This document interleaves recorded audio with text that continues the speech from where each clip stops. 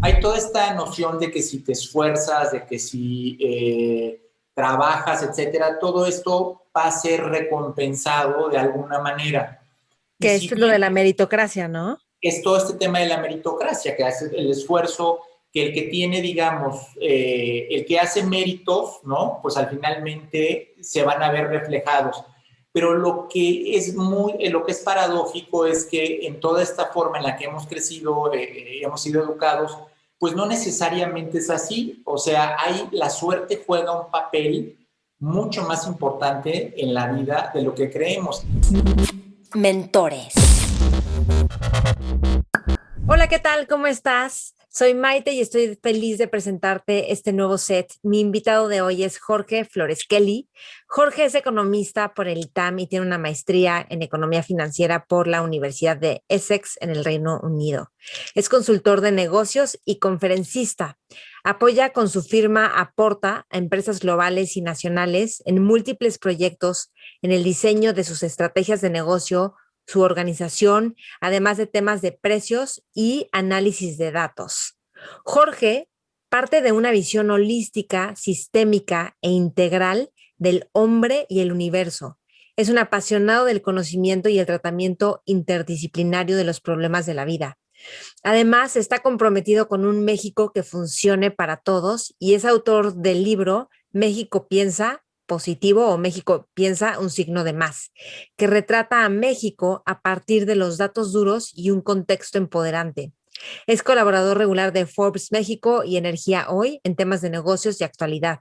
Además, Jorge ganó en 1996 el primer lugar del premio Banamex de Economía. En esta entrevista con Jorge, platicamos de la suerte y el azar, cuestionar la cultura del mérito, la importancia de salir de lo lineal y de mantener cierto grado de escepticismo para cuestionar y romper con los paradigmas establecidos.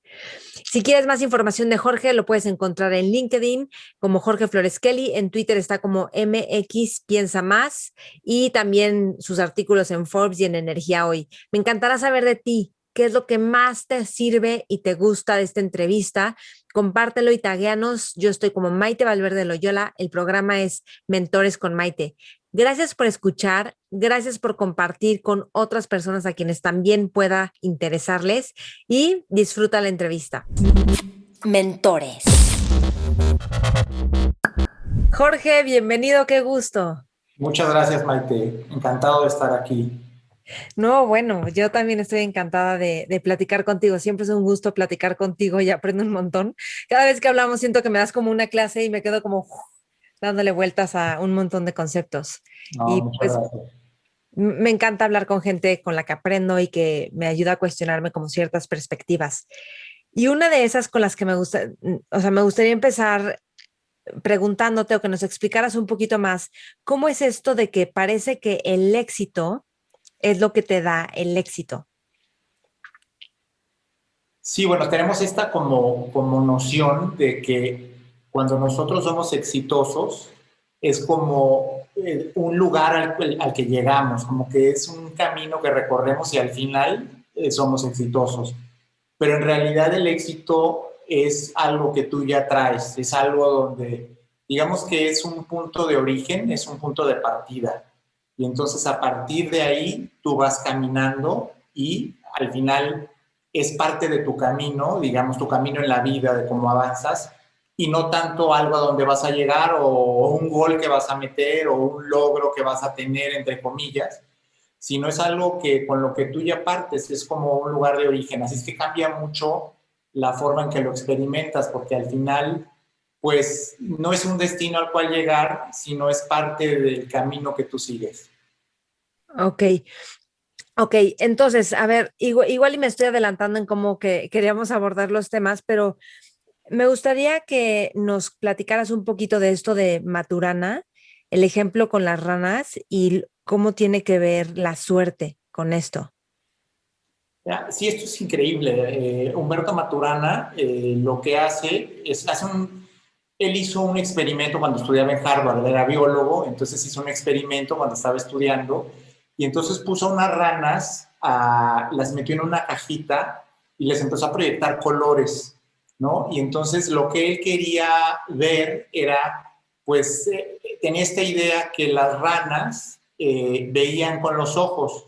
Sin embargo, algo que él observó, porque le cortó, digamos, el nervio óptico a las ranas, lo que observó es que las ranas seguían reaccionando a los colores que se ponían en esta cajita en las que la puso. Entonces, lo que él pudo darse cuenta es que no vemos nosotros en realidad en el ojo, sino donde vemos nosotros es, digamos, en el cerebro.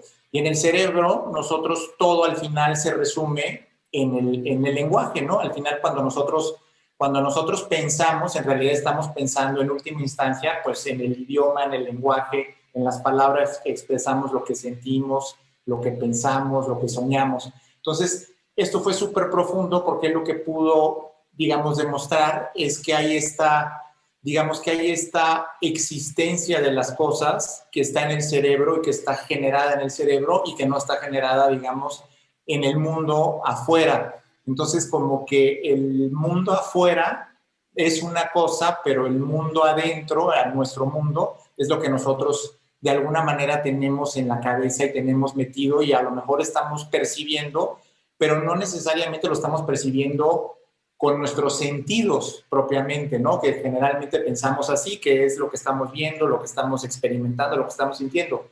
Pero como el experimento de las ranas no necesariamente puede ser algo totalmente separado de lo que tenemos en nuestra cabeza. Ok, y esto, o sea, ¿cómo lo podemos usar? ¿Por qué te fascinó a ti este experimento? ¿En qué lo podemos usar?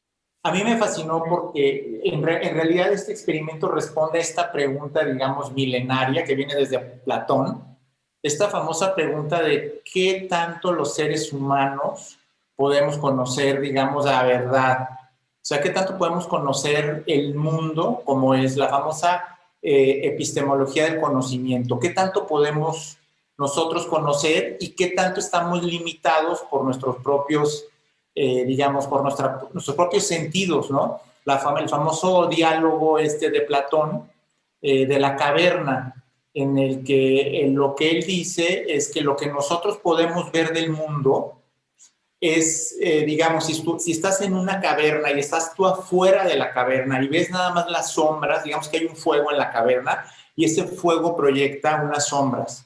Entonces nosotros no podemos ver lo que está en la caverna, sino lo que nosotros vemos es el reflejo, ¿no? Las sombras de lo que está dentro de la caverna. Y tú sabes que cuando hay una sombra, pues la sombra puede ser gigante, puede ser chiquita, hasta el juego están los deditos y que parecen perro y todo.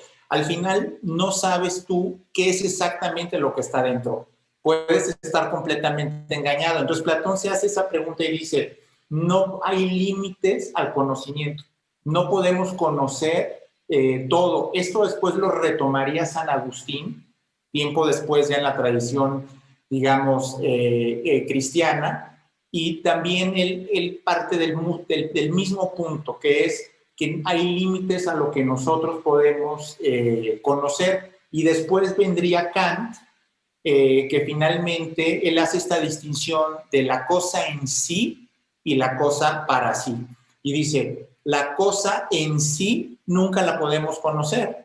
Conocemos la cosa para sí o la conocemos para nosotros. ¿Por qué? Porque tenemos estructuras mentales que lo que hacen es deforman las cosas. ¿Cuántas veces te ha pasado que tú ves una misma cosa? Están dos personas juntas, ven lo mismo, ven la misma película e interpretan cosas diferentes. O sin irnos a una película, ¿cuántas veces te pasa que tú ves lo mismo y no que otra persona y los dos interpretan algo diferente?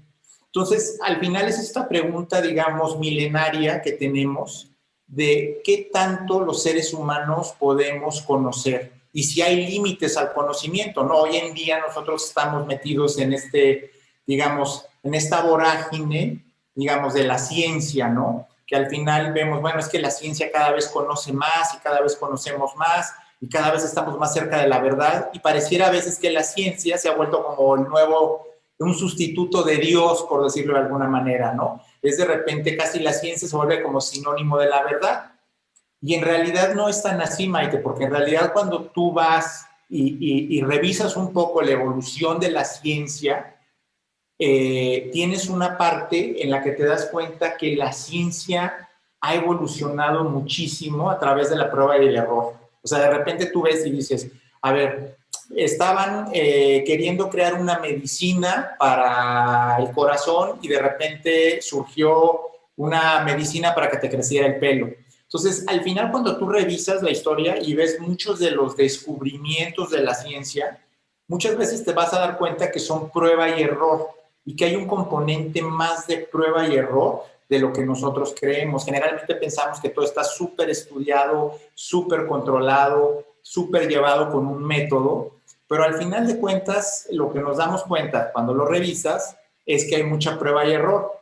Y entonces surgen todas estas ideas bueno, ¿qué es lo que en realidad la ciencia qué tanto puede conocer? Y hay gente que es muy empiricista, que dice, mira, lo que nosotros podemos conocer se tiene que basar en lo empírico, en lo que observamos, ¿no? Entonces, conforme vamos observando cosas, vamos teniendo más conocimiento, observamos de repente que cuando se nubla llueve, y entonces así empezamos a hacer nuestros patrones y a decir, bueno, yo ya empiezo a conocer mucho de qué pasa cuando está soleado y no hay nubes y qué pasa cuando está nublado y llueve. Pero a final de cuentas, lo que toda la historia nos dice a lo largo de la evolución es que hay eventos que de repente empíricos, que de repente rompen con todo lo establecido. Te voy a poner un ejemplo.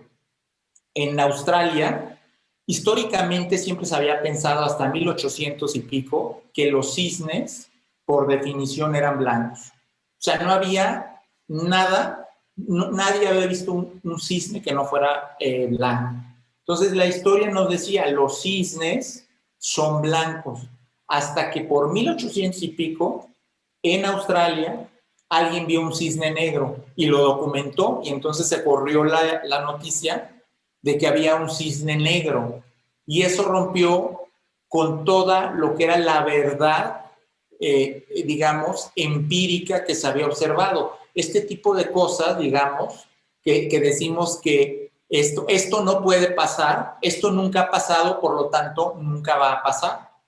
Pero a final de cuentas, digamos, en este conocimiento, en estos límites que tenemos al conocimiento, pues llega un momento que se presenta un evento, pues que rompe con todo, digamos, el acuerdo histórico de lo que era un conocimiento. Y así como el cisne negro, pues hay muchos ejemplos digamos, en el mundo, en el universo, en el que de repente veíamos que todo cambió, ¿no? Se creía una cosa y de repente era otra. Te pongo un ejemplo, hay mucha gente que de repente te dice, mira, esto no puede pasar. Entonces tú le dices, oye, pero ¿por qué no puede pasar? Pues porque nunca ha pasado. Pero ahí nos estamos yendo en un empiricismo un poco ingenuo, porque lo que vemos es que las cosas van cambiando y van evolucionando. O sea, y de repente se presentan eventos que te sacan de balance y que son cosas totalmente, digamos, nuevas, ¿no? Entonces, al final es todo este tema de qué tanto los seres humanos, qué tanto la humanidad puede conocer y cuáles son los límites. Y entre más vamos conociendo, al mismo tiempo también van surgiendo más estos límites de cosas que no podemos ver o que no conocíamos o que creíamos que eran de una manera y toda la evidencia nos habían dicho que era de una manera y de repente no era así. Y regresamos a esta noción de esta historia de la caverna en el diálogo de Platón, en el que nos damos cuenta que como seres humanos no podemos ver lo que está dentro de la caverna, sino las sombras de lo que está en la caverna. Ok, y por ejemplo, ¿tú qué haces para buscar o acercarte a la verdad o no creerte lo que ya es como un convenio histórico? ¿Qué haces para tratar de salirte de la caja y entonces traer un pensamiento distinto, de tal forma que al final lo que queremos es que ese pensamiento nos genere o satisfacción o progreso o innovación o beneficio? Yo creo. Exacto, y hay una forma, digamos, que puede parecer chocante, pero que al final tiene mucho sentido común, que es tener una cierta dosis de escepticismo de las cosas que están generalmente aceptadas. Karl Popper habla mucho de esto y habla de las sociedades abiertas, y las sociedades abiertas son estas sociedades en las que cualquier verdad y por verdad me refiero a cualquier acuerdo que tengamos, ya sea con base en el método científico o con base en el, digamos, en el empiricismo de estar observando la evidencia empírica, que todo debe ser visto con una buena dosis de escepticismo. ¿Por qué? Porque en las sociedades abiertas todo se puede cuestionar y al cuestionarse, eso va generando al mismo tiempo que nosotros vayamos evolucionando en nuestro conocimiento. Nos hace como profundizar, por paradójico que sea, cuando alguien es escéptico, me refiero a un sano escepticismo, al final lo que está es alentando esta hambre por el conocimiento, por tratar de conocer más las cosas. Entonces yo lo que veo siempre es tener una buena dosis de escepticismo y decir, bueno, esto es hasta ahora o por hoy una buena teoría, un conocimiento empírico que hemos observado, pero no quiere decir que es lo único que hay, porque no sé qué sombra de la caverna estoy viendo. Entonces siempre hay que ser escépticos y decir, estas sombras son esas sombras, pero no sé exactamente a qué corresponden.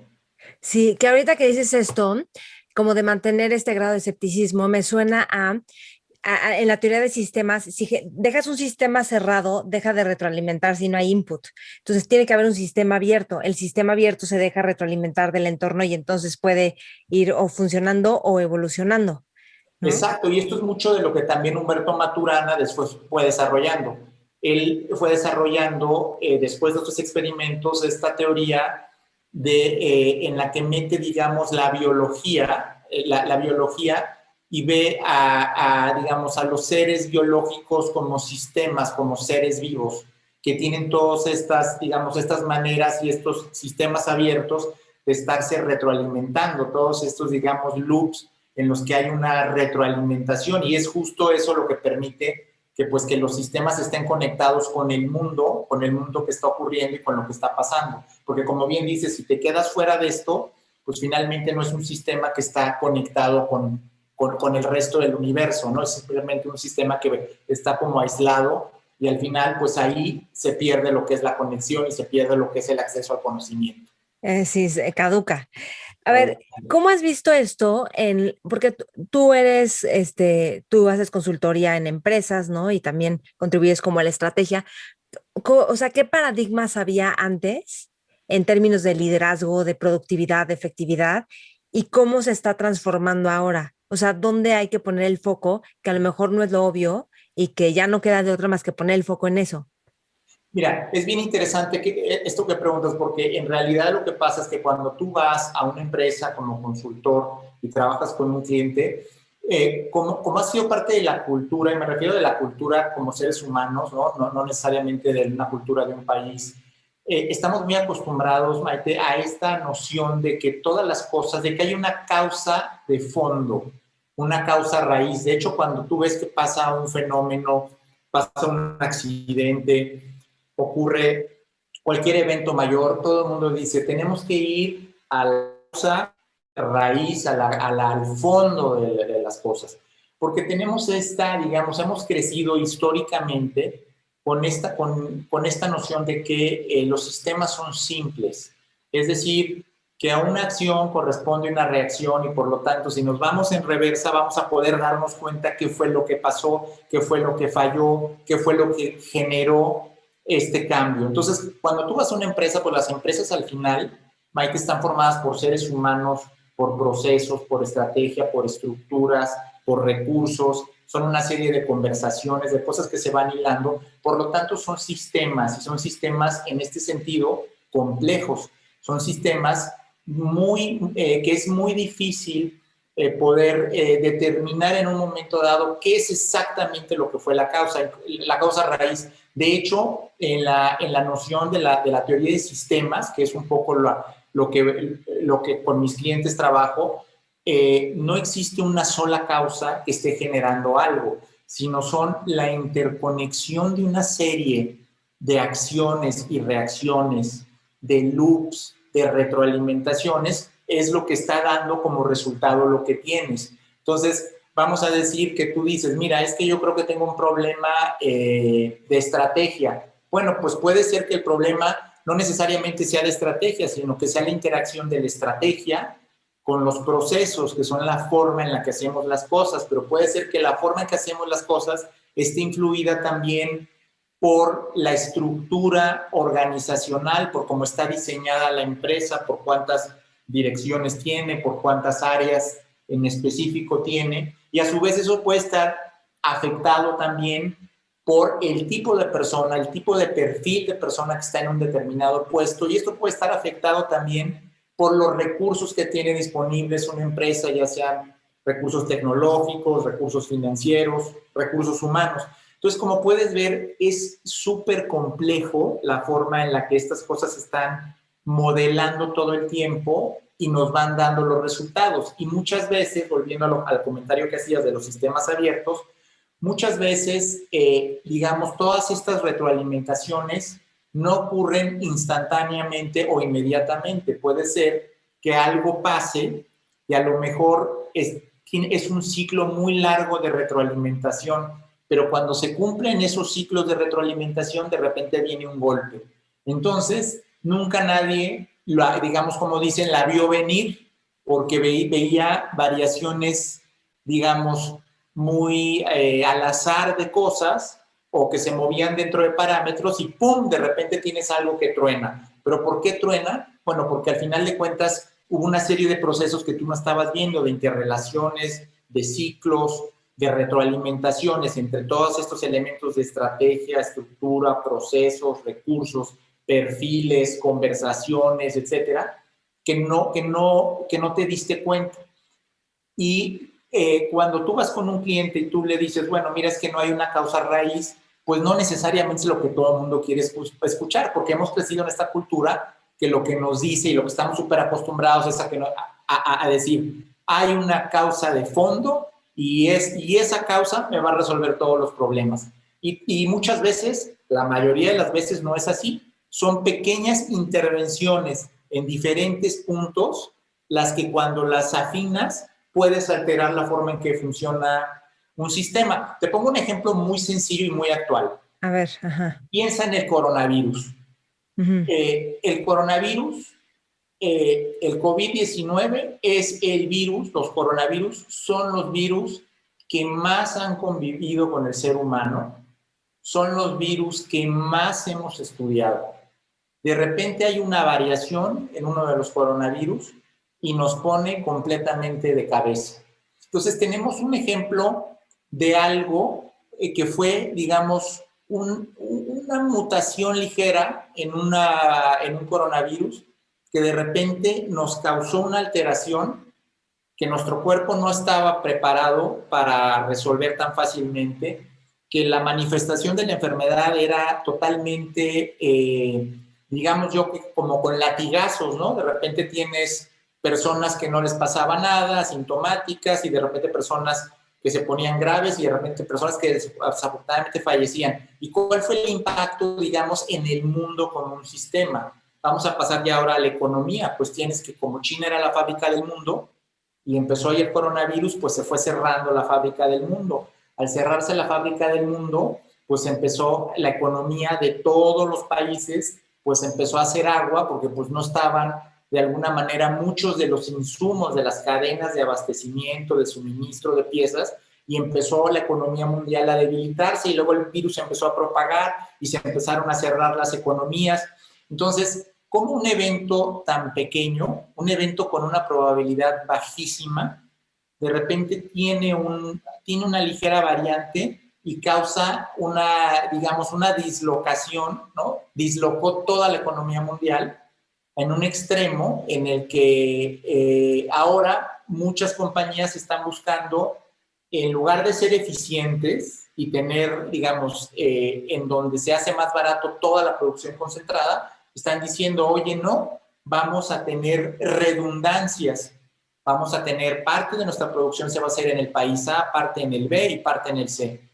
Que eso no es lo más eficiente sería tenerlo en un solo lugar porque pues, hay economías de escala, ventajas de producir en volumen, pero mucho de esto lo que se está haciendo es pues tratar un poco de decir, si algo falla, entonces tengo capacidad de respuesta en otros lados. Entonces este es un ejemplo de cómo un sistema se puede alterar y como vemos la solución a esto no es una solución heroica o de causa raíz, sino es trabajar en varios varios de los aspectos que intervienen en todo el sistema. Un aspecto es la salud, un aspecto es la parte de la economía, la parte de las redundancias, en la parte industrial, todas estas cosas que de alguna manera pues nos van ayudando a que el impacto no sea tan grande.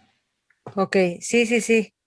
Ahora, dime algo, vamos a hablar de la suerte, que el otro día estábamos platicando de esto y llegamos me compartiste algo así como entre más víveres, como a nivel de partícula o te mueves, puede haber más suerte, la posibilidad de más suerte, que en un sentido suena obvio, ¿no? O sea, si estás como ahí afuera en el mundo haciendo cosas, pues es más fácil que te encuentres la suerte, por decirlo de alguna forma, a que estando en tu casa echado viendo la tele, ¿no? Sí, esto es fascinante. Mira, generalmente estamos acostumbrados a pensar, porque así hemos crecido, en un mundo en el que en realidad uno es el que determina todo lo que se hace. O sea, que en realidad, pues al que madruga, Dios le ayuda, el que temprano se levanta, le va mejor, etcétera. Hay toda esta noción de que si te esfuerzas, de que si trabajas, etcétera, todo esto va a ser recompensado de alguna manera. Y Que si esto es lo bien de la meritocracia, ¿no? es todo este tema de la meritocracia, que hace el esfuerzo, que el que tiene, digamos, el que hace méritos, ¿no? Pues al finalmente se van a ver reflejados.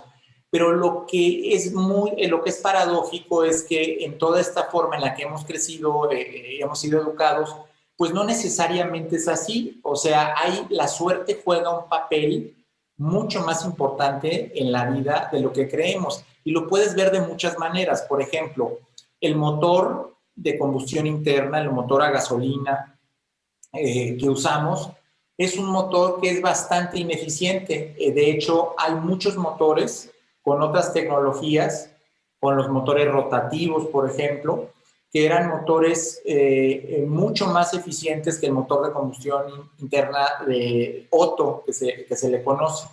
Pero ¿por qué prevaleció este motor Otto? Bueno, pues es algo un poco de suerte. ¿O por qué prevaleció el teclado QWERTY de las máquinas de escribir que seguimos usando hoy en día?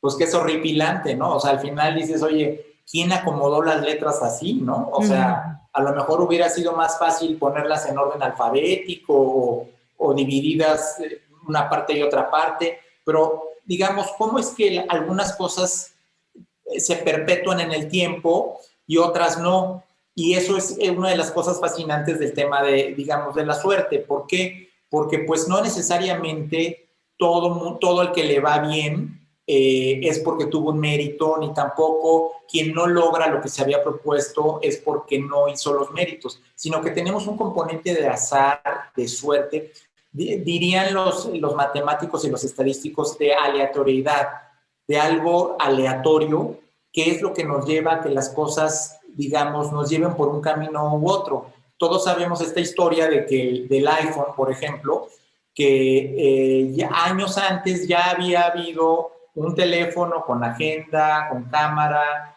con correo electrónico y con pantalla táctil. Y al final ese no fue el que prevaleció, sino que de repente también, Maite, y aunque a veces nos cuesta trabajo, muchas veces es súper importante estar en el lugar correcto a la hora correcta, y ahí está la suerte.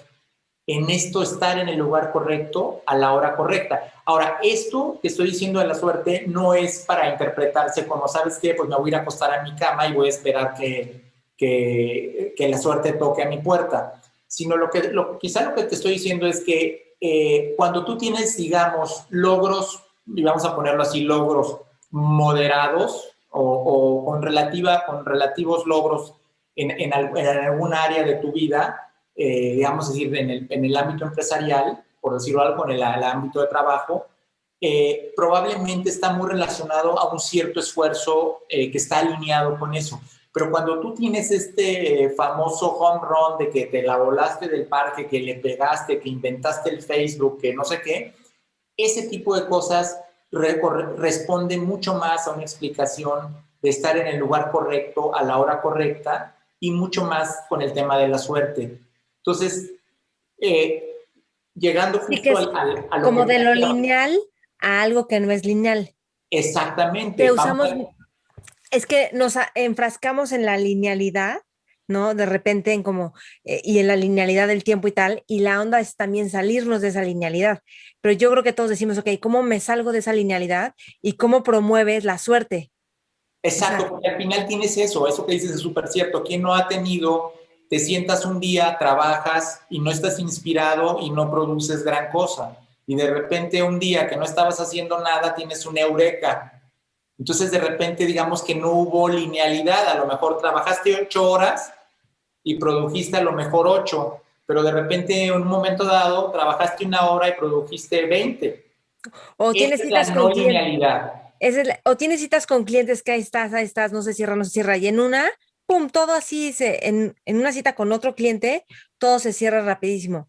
Es impresionante. Fíjate que yo tengo una teoría, digo, no, o sea, teoría personal, nada, pero creo que es un poquito ver las fuerzas y ver qué es lo que qué es lo que pide como el espacio, por decirlo de alguna forma, o el momento o el contexto, y entonces saber ver las fuerzas, y esto tiene que ver como con una atención plena que te da una visión mayor, porque yo siento que si estamos como en angustia y tratando de lograrlo como que te sales del ritmo de las fuerzas, me explico, de como de la misma naturaleza de las cosas. Pero si tienes una atención que no viene como de la avidez de lograr o de como esa asfixia de si no se me va la vida, y entonces más bien estás observando, puedes ver dónde casi que hacer como el truco de magia. ¿Me explicó? Como que hacer la varita que une la... Digo, sí, a lo mejor es muy simplista, pero por eso yo creo que hay gente que sabe tomar decisiones y le salen, pero porque sabe lo que quiere, las fuerzas que hay a su favor, todo. En cambio, hay otros que están duro y dale, y no, porque no está sintonizado. Así es, eso que dices es súper profundo. Hay una, digamos que hay un tema en esto de cuando las cosas son no lineales, digamos, y aquí esto sería un tema como más de matemáticas, que tienes una curva así, cuando algo no es no lineal, pues es una curva, y tienes, digamos, un rango en el que tú te mueves, en el que si tú te mueves, haces un esfuerzo por debajo de un punto, no tienes impacto y luego empiezas a tener impacto en algo, pero si te pasas luego de otro punto, digamos, tienes un punto A, si no llegas al punto A, no tienes impacto. Y luego te mueves del A al B y entonces tienes un mega impacto, y si te pasas de B, entonces empieza a decaer, el impacto baja. Entonces lo que dices es súper intuitivo, porque así es moverse como en un rango, si estuviéramos en una función, así en una curva, en ese rango es donde tienes más impacto. Y entonces es justo ahí lo que dices, no por mucho madrugar amanece más temprano, pero ni tanto que quema el santo, ni tanto que no lo alumbre, ¿no? O sea, como que tenemos que movernos en ese rango, y es digamos, aprovechar esta idea de lo no lineal, que es moverte en ese rango donde tienes el impacto y donde realmente puedes hacer que las cosas se muevan. Entonces, un ejemplo muy práctico. Cuando tú tomas una medicina, de repente te dicen, la dosis es tal, ese es el punto A. Y entonces te dicen, si usted se siente mal, si no mejora, puede tomarse hasta 2 pastillas, ese es el punto B. Pero si te tomas más de 2, entonces ya te puede caer mal la medicina. Entonces ya el efecto de la medicina baja. Entonces cuando te tomas una, sube. Cuando te tomas otra, sube, pero a partir de una tercera, digamos, baja. ¿Por qué? Porque ahí ya te sales de la parte esta de lo que se llama la convexidad, que es esta parte donde puedes aprovechar algo no lineal. Y ese es justo, yo creo que a lo que te referías, ¿no? Esta parte en la que tienes que darte cuenta dónde te mueves, con qué grados de libertad, y hasta dónde sí y hasta dónde no. ¿Con qué grados de libertad? Creo que es lo más importante, porque al final, o sea, si nos movemos hacia algo, queremos satisfacción. O sea, como que el placer de conseguir algo o la realización del sentido del logro, el sentido de propósito, que eso es clave.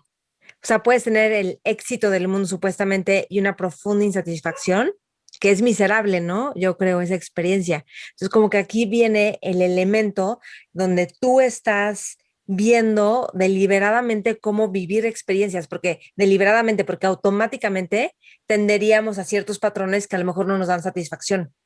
Así es, o sea, si te quedas por debajo, te vas por arriba de ese punto, te pierdes completamente. Y ese es justo lo que es muy intuitivo. Y fíjate que esto nos lleva mucho a cómo los seres humanos tenemos una cierta sabiduría innata, voy a decirla, voy a usar la palabra sabiduría si se aplica, pero de darnos cuenta que hay en algunas cosas, hay un rango en el que nos podemos mover, unos grados de libertad, y que ahí está, digamos, ahí es donde está en realidad, digamos, el saborcito, cuando estás entre tal punto y tal punto. Si nos vamos o nos quedamos cortos, ya no está. Y eso es mucho de lo, digamos, de esto que comentas, que al final nos lleva al famoso tema de la satisfacción y al tema del mérito, ¿no? De que empezamos a hablar un poco.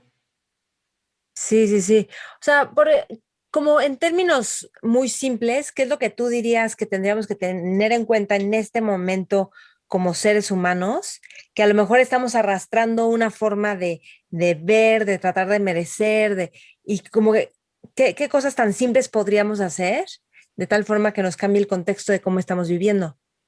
Sí, es que es fascinante esto del mérito, ¿no? Finalmente hemos crecido con esta idea de que, como decía, el que trabaja mucho, el que la hace, al que le va bien, pues es porque trabajó bien.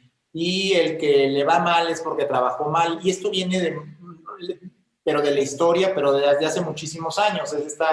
Empezamos, digamos, hace muchos años con el catolicismo, que te decían, bueno, para irte al cielo, para tener la salvación, pues lo que tienes es que pagar dinero, ¿no? Y tienes que pagar dinero, y si pagas dinero, entonces te vas al cielo, y si no, te vas al infierno. Después vino toda la reforma religiosa en los países europeos, y con Lutero, y cambió esto, y se pasó a esta noción de que el que tenía éxito en la vida, que era en aquella época el éxito material, pues era quien finalmente había actuado bien, por lo tanto, esa era la persona que se iba al cielo y tenía la salvación. Y eso ayudó muchísimo a generar, digamos, este interés por el mejorar las condiciones materiales, por la riqueza, por la economía.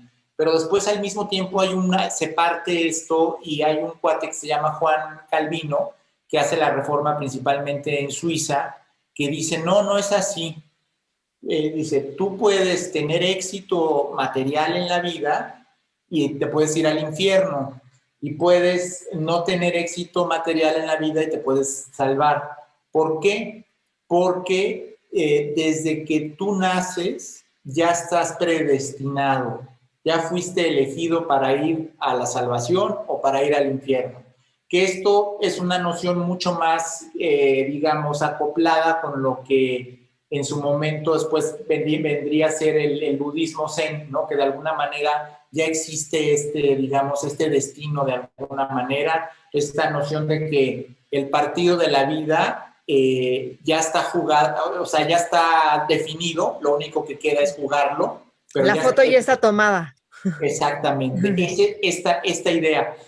Todo esto finalmente lo que nos lleva es a tratar, digamos, de alguna manera de separar esta noción de que si te va bien es porque eres bueno, y si no te va bien, y cuando digo no te va bien, cualquier cosa que eso quiera decir para cada persona, es que no eres bueno. Porque es eso, esta sociedad que hemos construido, Maite, que era lo que decía, es una sociedad que pone una carga muy fuerte sobre las personas, o sea, pues una carga es un yunque, pero al final es algo que no tiene una relación, porque cuando tú observas estos fenómenos que hay hoy en día, de que alguien inventó el Facebook, alguien inventó no sé qué cosa, una red social, etcétera, pues tú te vas dando cuenta que hay mucho este factor de suerte, ¿no? Que justo de lo que hablábamos. Entonces, como que no puedes, digamos, decir, oye, es que el valor o mi valor está en lo que yo merezco o está con base en un mérito.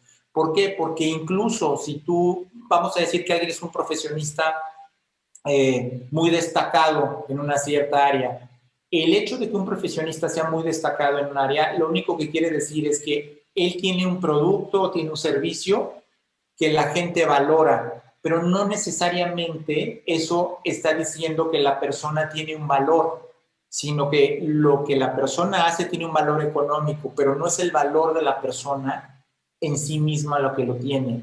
Y esto creo que es hasta cierto punto liberador, porque hemos caído en esta sociedad en el mérito, y el mérito tiene muchísimos problemas. Y uno muy sencillo es cuando tú ves la historia, cuando teníamos esta época de las monarquías, de las grandes aristocracias y etcétera, lo que era la queja de las personas que no eran aristócratas y no eran de la monarquía, ellos decían, oye, es que esas personas tienen privilegios que los tienen por el lugar donde nacieron, pero no es porque sean, si hubieran nacido en otro lado, no tendrían esos privilegios, por lo tanto no hay mérito en que esas personas hayan nacido donde nacieron. Y después hemos evolucionado y hemos llegado hasta hoy en día en el que nosotros decimos, bueno, es que si a alguien le va bien, pues es porque tuvo un mérito para que le hiciera bien. Pues te voy a poner un ejemplo, un deportista. Un deportista dices, bueno, ¿por qué? Pues porque es un superdotado. Pero entonces viene la pregunta, ¿el superdotado es algo que pidió o es algo con lo que, al igual que el aristócrata, pues nació en un determinado cuerpo? Vamos a pensar en un basquetbolista o en un deportista excepcional.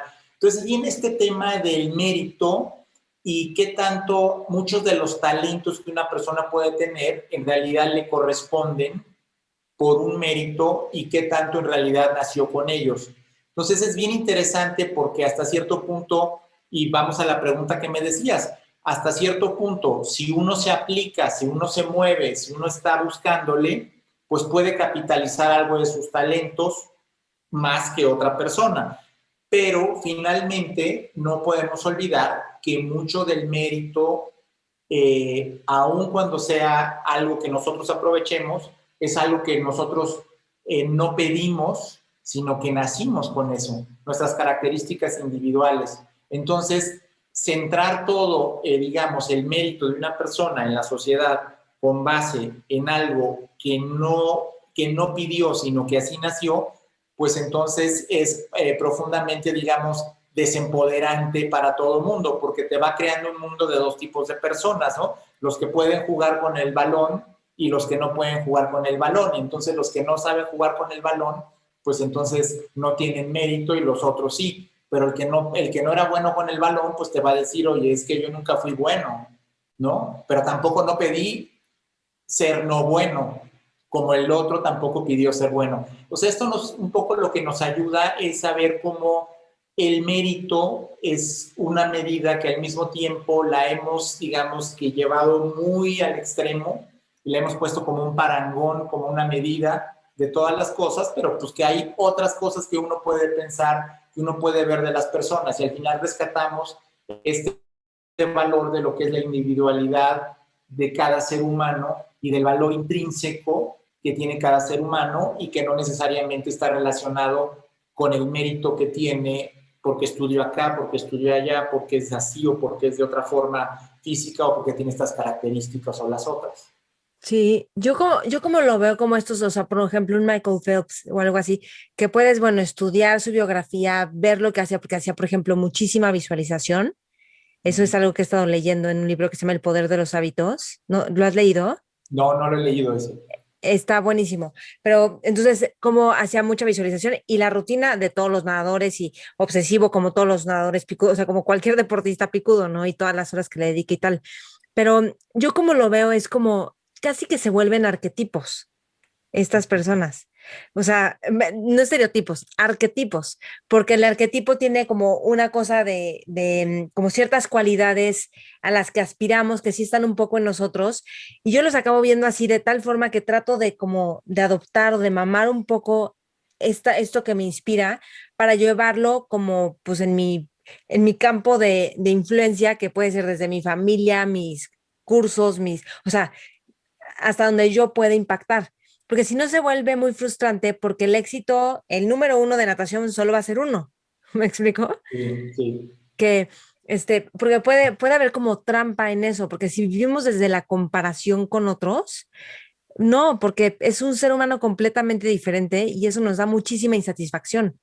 O sea, creo que Exacto. la... Ujú.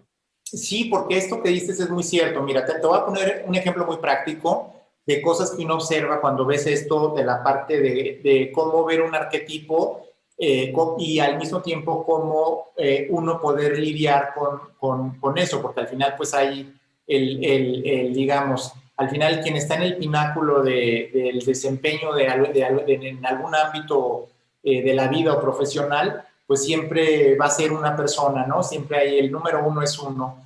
Pero déjame traerte esto para tratar de aderezar un poco. Ok. Hay una cosa que se llama la narrativa del vencedor. No sé si has escuchado de esto. La historia está contada por los vencedores. Exacto. Al final lo que te dice, si yo escribo un libro y te digo, Maite, este es mi nuevo libro que dice, ¿cómo invertir $1,000,000 y perderlo todo y quedarte con $1? Si yo saco un libro de eso, nadie lo va a leer, porque a nadie le interesa eso. Sin embargo, si yo saco un libro que te dice cómo con $1 ganar $1,000,000, bueno, pues va a ser un bestseller. Entonces, es cómo podemos lidiar con estas cosas, porque mucho de lo que también podemos ver, y eso es como un contrapunto, y por eso digo que es como aderezarlo, es, digamos digamos que hay un cementerio de gente, de personas que no lograron llegar al número uno. O sea, porque el número uno, como bien lo decías, es uno. Pero hay un cementerio de gente que quedó en el segundo, en el tercero, en el cuarto, y que esas personas tienen también mucho que decir, porque son Ujú. gente que estuvo casi y no llegó a ser el número uno. Puede haber habido un factor de suerte, estar en el momento correcto, a la hora correcta, pero a final de cuentas lo que puedes ver es que hay muchas cosas que se pueden aprender también de cuando alguien no tuvo el éxito. Y la otra es que muchas veces sucumbimos a estas historias del vencedor, ¿no? Como de repente alguien estaba leyendo por ahí una historia muy curiosa que alguien decía, bueno, es que el cuate que inventó el me gusta en el Facebook, en las redes sociales, y le preguntan, oye, ¿cómo inventaste, por qué inventaste el me gusta? Y dice, mira, es que yo un día iba corriendo y me caí y volteé a ver a mi mamá y me sonrió y dije, y tenía el dedo así y dije, me gusta. Y desde los 3 años me quedé con la idea de la manita y el me gusta, y entonces cuando tenía 35 años y estaba en Facebook, inventé el me gusta. Y entonces dices, bueno, esa es como una narrativa muy bonita, pero lo más probable es que esa persona jamás se cayó y jamás imaginó el me gusta, y realmente el me gusta le vino cuando estaba en una situación de trabajo y a lo mejor fue el resultado de un equipo y no necesariamente de una visión de él. Pero esto te digo, nos sirve un poco como para aderezar todas estas cosas de la gente que ha tenido mucho éxito, conocer la historia del triunfador, pero también toda esta historia de la gente, digamos, que a lo mejor no llegó, pero que hay muchas historias que puede compartir y que de las cuales podemos aprender muchísimo, en las que podemos ver muchas de las cosas que a lo mejor pueden estar faltando para algo o nos pueden estar faltando en algún momento, y también como conectarnos con estas personas y saber que no necesariamente a lo mejor el león es como lo pintan, sino que también puede haber pues algún sesgo de estas historias del vencedor. Pero te digo, es un contrapunto bien interesante como para aderezar. Ujú, sí, sí, totalmente. Luego está la parte de que dijiste, en el cerebro lo que tenemos es la comunicación, ¿no? Cómo vemos las cosas. Y aquí quiero traer lo de tu libro, que ya hemos hecho entrevistas en otros medios donde hablando de tu libro, que es México piensa y un signo de más. Entonces, ¿hace cuánto hiciste el libro? ¿Hace como 10 años o Lo más? hice hace 10 años, fue en 2011 exactamente, sí. Ok, Hace casi ya 10 años. casi 10 años. Entonces, ahí más o menos explicas cómo es que México tiene todo para ser una potencia y lo que tiene que hacer es transformar las conversaciones que tiene sobre sí mismo. Así es. Entonces, ok, en estos 10 años, ¿qué has visto? O sea, ¿qué dirías de esa propuesta que tú tienes? La conversación está haciendo, es que ahí también hay un sesgo, porque ¿en dónde? O sea, depende con qué círculo, ¿me explico? Que ahí usan los datos duros, pero depende con quién hables, ves si México está progresando en las conversaciones que tiene sobre sí mismo. Ujú. Mira, yo la reflexión que hago a 10 años de distancia es que el libro está más válido que nunca, o no el libro, sino la propuesta, porque finalmente lo que hemos visto en los últimos años es, si nos vamos al 2000 para acá, lo que hemos visto es todo este ir y venir de críticas a los presidentes, y entonces de repente tenías a Fox que salió con esta idea de que las buenas noticias también son noticia, ¿no? Empezó él con esto, oigan, es que también hablen de las buenas noticias. Luego vendría Calderón con su famoso hablar bien de México, ¿no? Que fue otra manera de abordar lo mismo. Y luego vendría Peña Nieto con este eslogan que era lo bueno no se cuenta, pero cuenta no sé qué, ¿no? Algo así era, Cuenta mucho, ¿no? O algo pero así. cuenta mucho. Y de repente ahora estamos como en una reedición de lo mismo, es decir, como que tenemos esta separación de alguna manera entre como esta forma de ver a México, ¿no? Que de repente la estamos viendo, la vimos mal en el 2000, en el 2006, en el 2012, en el 2018. Entonces yo lo que veo es que esta propuesta de tener una mirada de México bastante más objetiva o bastante más anclada en alguna realidad, anclada en un dato, es bastante, es bastante válida, y además hay que reconocer una cosa que no ocurría en 2011 y que ahora ocurre, que es este mundo de la posverdad, ¿no? Donde ya todo el mundo interpreta los datos y los hechos desde un ángulo, desde un punto de vista muy diferente, y entonces construye realidades completamente alternativas, de tal manera que tenemos que el mismo evento alguien lo ve positivo, el mismo evento alguien lo ve negativo, o lo ve diferente, o lo ve que es otra cosa, otra magnitud. Yo creo que sigue estando muy vigente, y sobre todo lo que sigue estando muy vigente es la oportunidad digamos, yo diría que de hacer equipo, de construir todos juntos algo, de aceptar de alguna manera que hay diferentes puntos de vista, de reconocer y de alguna manera pues de lidiar con algunas cosas que uno no podría estar de acuerdo, pero que finalmente son cosas que mueven, que avanzan y que progresan y que nos sirven para ir hacia adelante.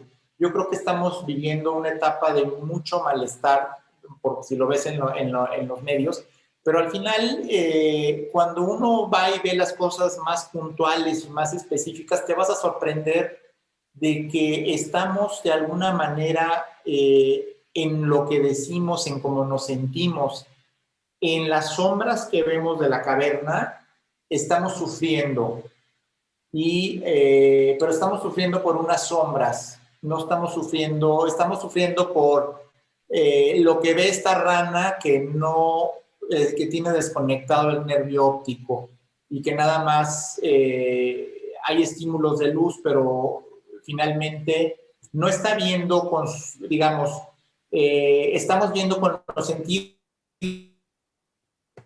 digamos, esta conexión con lo que está ahí afuera, sino que estamos de alguna manera creando una realidad, diría yo, alterna o alternativa, y sobre todo quizá que nos lleva a bastante sufrimiento, porque de alguna manera lo que estamos viendo en todos lados, en todas las redes, pues es mucha polarización, mucha invalidación, mucha descalificación, y de alguna manera creo que no es algo nuevo, pero sigue estando ahí la oportunidad para nosotros de pues construir el México que queremos, un México que funciona para todos, pero pues que requiere de alguna manera de dejar ir algunas cosas, aceptar otras, y al final pues ser lo más objetivo posible y anclarnos en algo duro que nos permita, como no importa mi estado de ánimo, no importa donde yo esté, que de alguna manera pueda moverse. De hecho, hay un libro muy interesante que apenas estoy leyendo que se llama Ruido, que es de dos premios Nobel en economía, que son especialistas en economía del comportamiento. Y es muy interesante porque hablan cómo los seres humanos, las decisiones que tomamos cuando estamos en diferentes estados de ánimo, son muy distintas, son totalmente diferentes. Entonces, como que digamos que no hay una neutralidad a nuestro humor, no hay una neutralidad respecto a lo que sentimos cuando nos relacionamos con el mundo. Sí, bueno, hay hasta estudios que hay de jueces que sentencian más si es antes de la comida que después de la comida, porque tienen hambre, porque están más alterados. O sea, Exacto. como ahorita que decías esto, me imaginaba como si nuestras respuestas fueran más desde el sistema nervioso, que está hecho como más como para protegerte como especie humana, y, y la oportunidad de ir de más allá de las sombras es como desde la conciencia, que es un nivel superior, Sí, porque el sistema nervioso necesita estar tranquilo para que entonces se abra la conciencia. exacto, porque el sistema, digamos, primitivo, básico, lo que hace es protegernos de las amenazas, ¿no? Que hay Sí, muchas interpretaciones de cuál es el cerebro reptiliano, ¿no? Que reacciona así inmediatamente a cualquier cosa, a cualquier evento y nos alerta sobre un peligro. Es también lo que mucha gente le llama la vocecita, ¿no? Que al final esta vocecita que tenemos, que lo que nos está diciendo es nuestro, digamos, es nuestro cerebro reptiliano hablándonos y diciéndonos, oye, esto puede pasar, oye, aguas, oye, todo esto. Es de la misma manera. Y tenemos esta otra que puede ser más con base en un juicio, entendido por juicio no algo analítico, sino como más de conciencia, como decías. Y hay esta famosa, hay un libro que a mí me gusta mucho que se llama Pensando rápido, pensando lento. de Kahneman, ¿no? Sí, que aborda mucho estos temas de qué tanto es el pensamiento instintivo, reactivo y qué tanto es este pensamiento en el que estás con mayor calma y puedes tomar decisiones como bastante más, digamos, con un mejor juicio, ¿no? Con un poquito más de más juicio, más sabiduría y pues entonces es muy diferente la reacción. Y esto es algo que pues es naturaleza humana, ¿no? Es algo que está ahí y que es algo que hay que estar siempre presente, es la única forma de Sí, realmente poder ver dónde está uno. me gusta mucho como esta idea que creo que muchos lo dicen, que es, o sea, que como que el futuro no es mañana, sino el futuro es cuando realmente hay una evolución en quiénes estamos siendo o en lo que está pasando, porque si no nos estamos repitiendo todo el tiempo, como más de lo mismo, entonces mañana pues es más de lo mismo, pero un verdadero futuro es cuando hay algo distinto. Em, deja- eh, déjame preguntarte algo.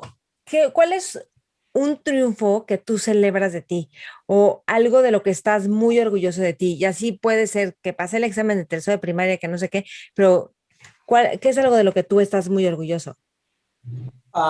Yo estoy muy orgulloso de un premio que recibí, el premio de Banamex de Economía, el primer lugar, eh, por varias razones, pero te diría que lo que más me mueve a mí de eso es que hice un tema que era un tema completamente antisexy, digamos, no era el sabor del mes. Yo hice mi tesis cuando estaba el error de diciembre de 94, entonces todo el mundo hacía tesis sobre la crisis y la macroeconomía y todo, y de repente yo hice pues algo totalmente diferente, algo que me gustó, que me inspiró y pues que fui encontrando como todas las piezas que tenía que ir poniendo y al final ¿De qué era tu tema?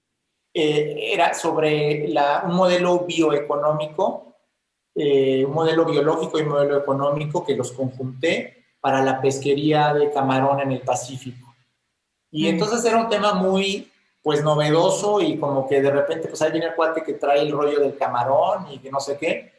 Y pues no tenía nada que ver con lo que se estaba hablando en ese momento, no era, como te digo, no era sexy, alguien te decía, oye, es que yo estoy haciendo del salidas de capital, tipo de cambio, ¿no? Etcétera. Y de repente llega un cuate con el tema del camarón y la verdad es que nunca pensé, la verdad es que jamás pensé que me iba a sacar el premio y cuando me lo saqué, pues me dio muchísima satisfacción porque pues era algo que me gustó, que me inspiró, que lo hice y pues con mucha humildad, la verdad es que jamás pensé que iba a tener que iba a tener ese reconocimiento y me siento muy contento y muy satisfecho de haberlo obtenido. Sí, pero fíjate, aquí hay algo importante en lo que tú dices, porque eso tiene que ver también con el éxito. O sea, tú usaste un tema que a ti genuinamente te interesaba, que no era el tema sexy, que era el que todos estaban haciendo, porque es perseguir como el tema, a ver, cuál van a reconocer o cuál es la mejor teoría. O sea, como no seguir un borreguismo, sí, digo, reconociendo que seguro era un tema, bueno, no seguro, era un tema importante el que todos estaban usando,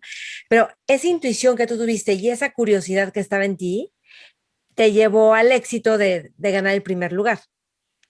Sí, sí, fue ¿Me algo explico? completamente que todavía, ahorita que lo dices y lo vuelvo a vivir, que digo, bueno, no sé ni cómo, o sí sé cómo, ¿no? Me inspiró, me gustó y le fui encontrando el sabor y te digo, fui armando las piezas con una facilidad, por decirlo de alguna manera, o sea, todo vino fluyendo, todo y lo hice y no seguí el camino de nadie más y es algo que me da mucha satisfacción porque al final lo hice del tema que quise y bueno, tuve el reconocimiento que no esperaba.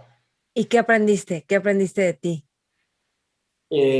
Aprendí varias cosas. Uno, pues aprendí lo apasionado que puedo ser de un tema y el resultado que puedo tener de la dedicación que tengo y también de la relación que tuve con el que fue mi asesor de la tesis, que fue una relación bien interesante en la que él me fue guiando y fue como sacando lo mejor de mí. Fue como, él nada más me iba poniendo como los límites de un lado al otro, pero me dejaba que yo me moviera ahí y en esa relación me di cuenta que es cuando yo tengo el mejor desempeño en cualquier ámbito de mi vida, cuando tengo un cierto grado de libertad y unos, digamos, como unas marcas de aquí para acá y ahí es donde yo empiezo como a poderme desarrollar plenamente, es decir, con algo de guía, pero con libertad para desarrollarme. Eso es algo que yo aprendí que después lo he visto que cuando tengo esas oportunidades o cuando estoy en esos espacios, puedo hacer cosas bien interesantes. Sí, qué interesante, porque justo o sea, los espacios creativos, o sea, la creatividad mucho se da cuando hay ciertos límites que tienes que cumplir y sobre eso desarrollar algo. ¿Me explico? O sea, por ejemplo, para hacer improvisación en la actuación, si te ponen reglas súper claras de no te puedes pasar de esto y solo estás en un elevador y no sé qué, y además te ponen reglas muy claras, es mucho más fácil y el producto es genial a que si no tienes ninguna regla, que es como o sea, estos límites que te ponen, pero en donde tú tienes libertad. Dentro de esos límites tienes libertad. Y eso se me hace súper interesante. Sí, es algo que he experimentado extraordinario y lo he visto en otras ocasiones en mi vida y también creo que cuando lo hice el libro también estuve en algún momento así y han sido experiencias súper, súper interesantes y desde el punto de vista del ámbito laboral, profesional, también uno puede, o yo he podido darme cuenta cuáles son los espacios en los que yo veo que voy a tener, que están las condiciones para tener un desempeño todavía mejor que el que pudiera pensar. Sí, que fíjate que ahorita yo estoy pensando en el tema de hábitos, que estoy con el libro, que en Mentores Lab estamos leyendo El poder de los hábitos y da muchos ejemplos de casos de cómo los hábitos hacen la gran diferencia. Por ejemplo, en Alcoa, en esta de aluminio, no le Uh-huh. estaba yendo tan bien, ponen a Paul O'Neill, un cuate que venía del gobierno, y él dice, yo me voy a enfocar en la seguridad. Y todos los inversionistas como de cómo, o sea, en vez de que dé el típico discurso de, oh sí, sinergias y no sé qué, y luego los impuestos y todo el mundo se va contento, entonces ¿cómo que te vas a enfocar en la seguridad, en ser la empresa más segura y que no haya accidentes? ¿Eso qué?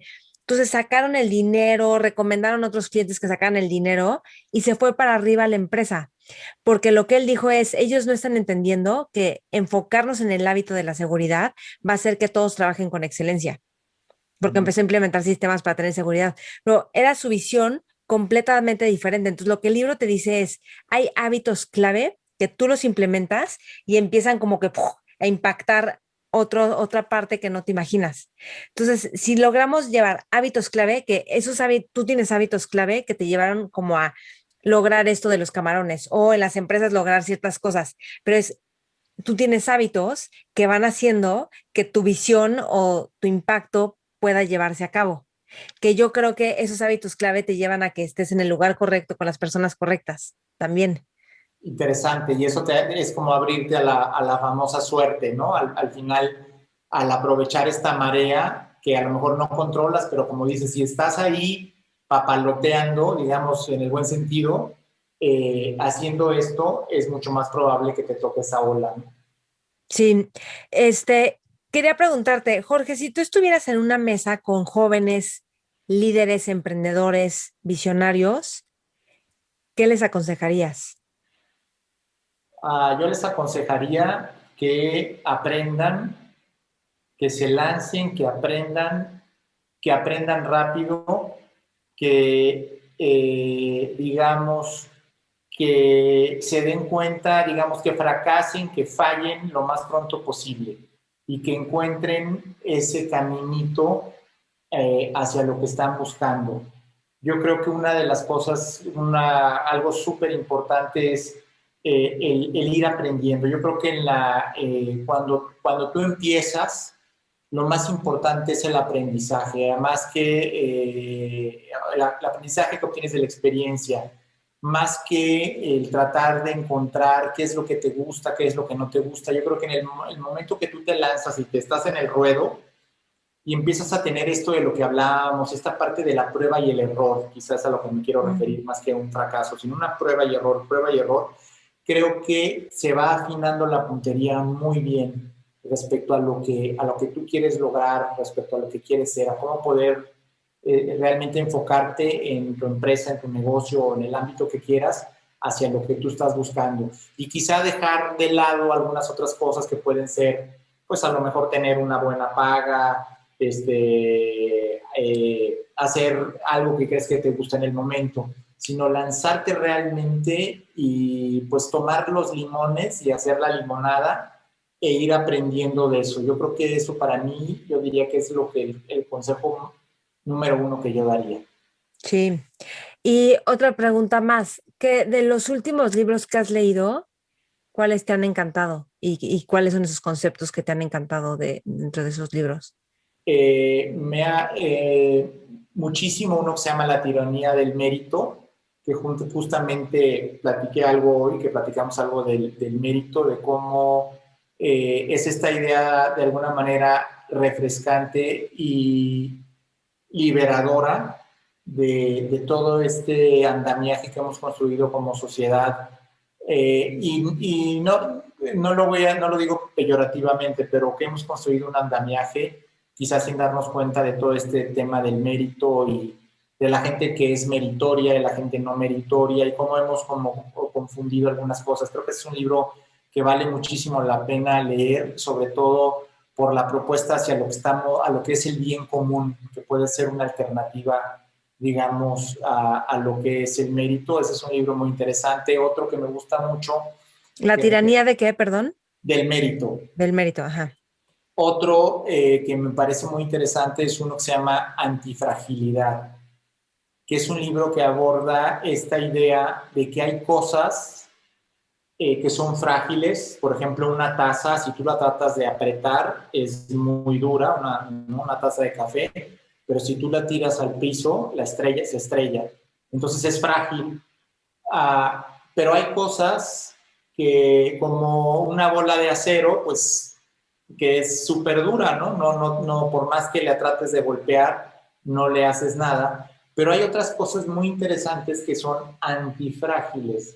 Quiere decir que son cosas que cuando tú las estresas o cuando tú las golpeas, se vuelven más fuertes. Y esta idea de repente resulta como un poco contraintuitiva, pero te voy a poner un ejemplo muy interesante. Por ejemplo, los huesos. Los huesos, cuando tú haces ejercicio y te ponen a hacer estos ejercicios que brincas un escaloncito de un lado al otro, y etcétera, tus huesos, al estar brincando, la médula ósea está viva, entonces tus huesos se vuelven más fuertes. Entonces, cuando tú los estresas, los haces que estén trabajando, tus huesos se hacen más fuertes. Entonces, es algo contraintuitivo porque dices, oye, ¿cómo es que algo que estreso se vuelve más fuerte? ¿No? O algo que golpeo se hace más fuerte. Eso es justo lo antifrágil. y es un concepto muy interesante que aborda muchas áreas de la vida. Te voy a poner un ejemplo muy sencillo y creo que ese lo vamos a captar todos porque lo hemos experimentado muchísimo en la pandemia. Es el comercio electrónico. Cuando tú impusiste todas las cuarentenas, los encierros, las sanas distancias, en lugar de que el comercio electrónico bajara, el comercio electrónico creció, porque todo el mundo empezó a comprar por internet porque no podía verse. Opuesto al comercio tradicional, que cuando tú pusiste las mismas normas, la sana distancia, el encierro, pues ¿qué le pasó al comercio físico? Disminuyó. Entonces el comercio físico fue frágil y el comercio electrónico fue antifrágil. Este tipo de nociones de lo que es antifrágil me parece que es realmente algo que vale mucho valor. Yo recomendaría muchísimo ese libro. Ok. ¿Uno más? ¿Un tercero? Un tercero puede ser un libro que se llama Engañados por el azar. Es un libro que trae mucho de lo que también estuvimos ahorita platicando, que trae este tema de cómo muchas de las cosas que nosotros hemos creído que tienen que ver con lo que nosotros controlamos y con lo que nosotros hacemos y etcétera, pues en realidad son cosas que han tenido otras causas, y cómo al final con esta noción de que tenemos un universo interconectado, intercomplejo, etcétera, muchas veces no medimos qué tanto fue lo que nosotros hicimos y qué tanto fue un poquito la suerte que nos empujó. Creo que trae muy buenos ejemplos que puede uno aplicar en la vida diaria para ver, por un lado, diría yo, Maite, para no creérnosla tanto, de que todo lo podemos hacer, o sea, con humildad es lo que quiero decir. Y por otro lado, para ver que el que está moviéndose, el que está buscándole, pues eso es amigo de la suerte, ¿no? Yo creo que son conceptos bien interesantes que, por un lado, liberadores, pero también por otro lado, que nos permiten decir, bueno, ¿cómo puedo yo lidiar en un mundo que no controlo? Porque al final de cuentas hay muchas cosas que uno simplemente no controla, pero que a las que puede exponerse uno, digamos, a la suerte y a recibir ese empujón. Ok. Estos conceptos de estos 3 libros, por ejemplo, que nos has platicado, ¿cómo te han impactado a ti en tu vida o en tu forma de trabajar? Profundamente. De hecho, ahora sí que no es casualidad que esté platicando de esto, que esté compartiendo contigo esto. Me han impactado muchísimo. Me han cambiado un poco esta forma de ver de causa-efecto de la que hablábamos, de causa-raíz, etcétera. Me han permitido traerlo como a otra dimensión, ¿no? A otra dimensión que es, por un lado, la satisfacción profesional, la satisfacción respecto a los logros que yo he tenido en mi vida, y también, por otro lado, la satisfacción respecto a lo que no he logrado aún, y por otro lado, al saber que este componente de azar, de suerte, como le queramos llamar, está ahí, y que es algo que también nos empuja y que también está vivo. Y eso me ha ido a mí cambiando mucho. Esto lo digamos que empecé a leerlo durante la pandemia y me cambió mucho la noción de las cosas. De hecho, estos libros, sobre todo los 2 últimos que comenté, son libros que tienen un fundamento matemático y estadístico súper sólido y que retan muchas de las ideas convencionales que tienen tanto las matemáticas y la estadística en muchas de las ciencias, en las ciencias sociales como la economía. Entonces ha sido como un retar mucho de las cosas, de las creencias, vamos a decirlo de esta manera, de los sistemas de creencias, de una carrera como economía, que es lo que yo estudié, y que me han impactado también desde el punto de vista personal y desde la cosmovisión pues de la vida, ¿no? Desde la cosmovisión que tengo yo del universo, de las personas, del destino. Ha sido muy, muy impactante, ha sido muy enriquecedor, y diría yo, me ha dado otra perspectiva. Pero ¿cómo veías antes y cómo lo ves ahora? O sea, ¿cuál es esa nueva perspectiva?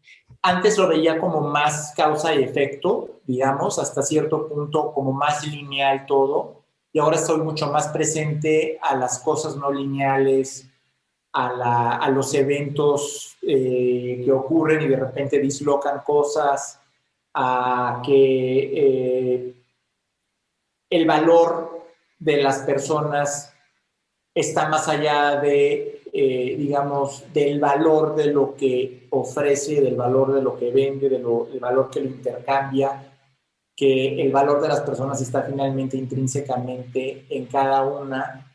Y creo que eso es algo súper valioso porque estamos viviendo de repente pues en sociedades en las que hay una cierta, digamos, uh, obsesión o una cierta afán por medir el éxito, medir los logros de una determinada manera, y creo que esto es bastante liberador para poder entender que hay otra manera de ver las cosas y que al final la suerte nos empuja o no nos empuja, y que al final no hay nada malo con eso, ¿no? Ok. ¿Algo más que quieras agregar, Jorge? No, hombre, pues yo la verdad es que encantado de platicar. Ya por mí seguiríamos platicando. Se me ha hecho increíble poder compartir esto, y la verdad es que muy a gusto, muy contento de platicar, y creo que ha fluido todo contigo muy padre. Qué gusto, Jorge. Muchísimas gracias. Entonces, espérame, te podemos encontrar en tus redes. En Twitter, en @mxpiensamás. Ujú. En Facebook estoy como J. Flores Kelly. Sí, Ahí en LinkedIn, bueno, Jorge Flores Kelly. y en LinkedIn me pueden encontrar como Jorge Flores Kelly. Ok, muy bien. Y este libro, México piensa más, y también estás escribiendo en Forbes y en Energía Hoy. Pues si alguien Exactamente. quiere. Ahí en Forbes muchas de estas ideas las llevo al ámbito, digamos, de los negocios, de la economía, de actualidad. Comparto mucho de eso, y en Energía Hoy un poquito más aplicado a temas pues, del sector energético. Muy bien, súper. Mentores. Espero que hayas disfrutado esta entrevista tanto como yo la disfruté, que los conceptos te hayan servido como para abrir la mente, para descubrir otra forma de vivir la vida. Y ya sabes que estamos en todas las redes sociales como Mentores con Maite, en todas las plataformas de podcast, en YouTube, en Instagram, Facebook, también Maite Valverde de Loyola, y me encantará saber de ti. ¿Qué es lo que más te sirve? ¿Qué es lo que más te gusta? Y también puedes mandar recomendaciones de mentores que quieres que tengamos en el programa. Escríbenos a info@mentoresconmaite.com. También si quieres recibir toda la información de cada programa, cuando ya se postea, cuando ya lo subimos, escríbeme igual a info@mentoresconmaite.com. Estamos en contacto. Chao, chao. Mentores.